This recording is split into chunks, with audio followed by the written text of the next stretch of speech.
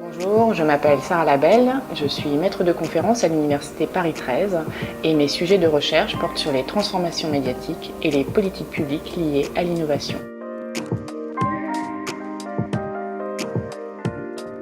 Au départ, c'est Karl Popper qui va parler de société ouverte, Open Society, suite à la Seconde Guerre mondiale.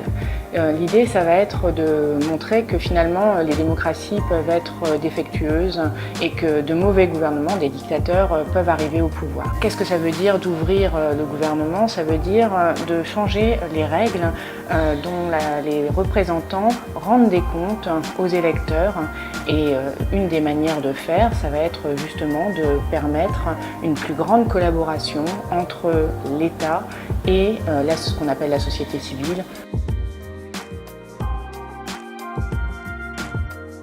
La France a d'abord commencé par s'engager dans la publication des données publiques, c'est-à-dire des données, des chiffres qui étaient en lien avec les missions de service public que réalise l'État. À partir de 2014, l'idée va être de lier la question de la publication des données avec la mise en place d'un gouvernement ouvert. Cette logique d'ouverture, je le disais précédemment, c'est vraiment se rapprocher des forces civiles, des citoyens, en leur permettant, par exemple, de coécrire la loi. C'est ce qui s'est fait avec le processus de co-construction de la loi République numérique en 2015.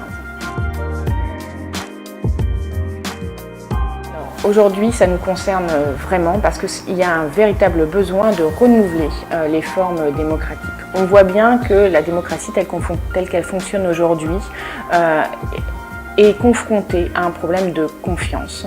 Il y a une sorte d'écart qui se creuse entre les citoyens et les élus. Le gouvernement ouvert veut remédier à ça en organisant aussi des réunions, des formes nouvelles de collaboration, de réimpliquer le citoyen au cœur du fonctionnement et des propositions de politique publique.